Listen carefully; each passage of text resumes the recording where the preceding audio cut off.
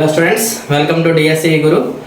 ఈ short number 12లో మనము 8th class హిస్టరీలో సెకండ్ లెసన్ ఉంది కదండి. మనకి వాణిజ్య స్థావరాల స్థాపన నుంచి సామ్రాజ్య స్థాపన వరకు కంపెనీ యొక్క అధికారాల స్థాపన అని చెప్పేసి మనకు లెసన్ ఉంది కదా. ఆ లెసన్లో ఉన్న గవర్నర్ జనరల్స్ అందరూ ఒక 6 ఉన్నారండి. వారందరినీ ఒక దగ్గర చదువుకుంటే మనకి కన్ఫ్యూజన్ లేకుండా ఉంటుంది. సో ఇక్కడ నేను 5 గురించి రాశాను, ఎందుకంటే వీళ్ళు గవర్నర్ జనరల్స్. ఇంకొక ఆయన ఉన్నాడు రాబర్ట్ క్లైవ్, ఆయన గవర్నర్ మాత్రమే. సో కాబట్టి ఆయన గురించి సపరేట్గా ఇంకో దాంట్లో చూద్దాము. సో ఇక్కడ చూడండి, వారన్ హేస్టింగ్స్ మొట్టమొదటి మనకి గవర్నర్ జనరల్ అండి. ఈయన అభిశంసన తీర్మానానికి గురయ్యాడు, అంటే తొలగించే అధికారం అనమాట. ఆ తీర్మానానికి గురయ్యాడు. తర్వాత ఈయన న్యాయ వ్యవస్థకు సవరణ చేశాడండి. సో ఇది చాలా ఇంపార్టెంట్, న్యాయ వ్యవస్థకు సవరణ చేసిన గవర్నర్ జనరల్ ఎవరని.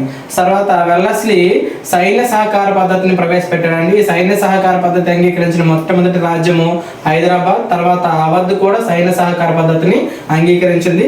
అలాగే హేస్టింగ్స్ అండి, ఈయన అత్యున్నత హోదా అనే ఒక కొత్త టర్మ్ తీసుకొచ్చాడు. ఏంటంటే బ్రిటిష్ అధికారులే, బ్రిటిష్ గవర్నర్ జనరల్ అనే ఆయన భారతీయ రాజుల కంటే అత్యున్నత అధికారాన్ని కలిగి ఉంటాడు అనమాట. సో డల్హౌసీ రాజ్య సంక్రమణ సిద్ధాంతాన్ని ప్రవేశపెట్టాడు. కానింగ్ సిపాయిల తిరుగుబాటు తర్వాత రాజ్య సంక్రమణ సిద్ధాంతాన్ని రద్దు చేశాడు. సరేనా. ఇక్కడ రాజ్య సంక్రమణ సిద్ధాంతాన్ని అంగీకరించిన రాజ్యాలు చూడండి: సతారా, సంబల్పూర్, ఉదయ్పూర్, నాగ్పూర్, ఝాన్సీ. ఇక్కడ మీకు ఒక క్వశ్చన్ అండి, చివరిగా రాజ్య సంక్రమణ సిద్ధాంతం ద్వారా విలీనమైన రాజ్యం ఏదో తెలిస్తే మీరు కమెంట్ చేయండి.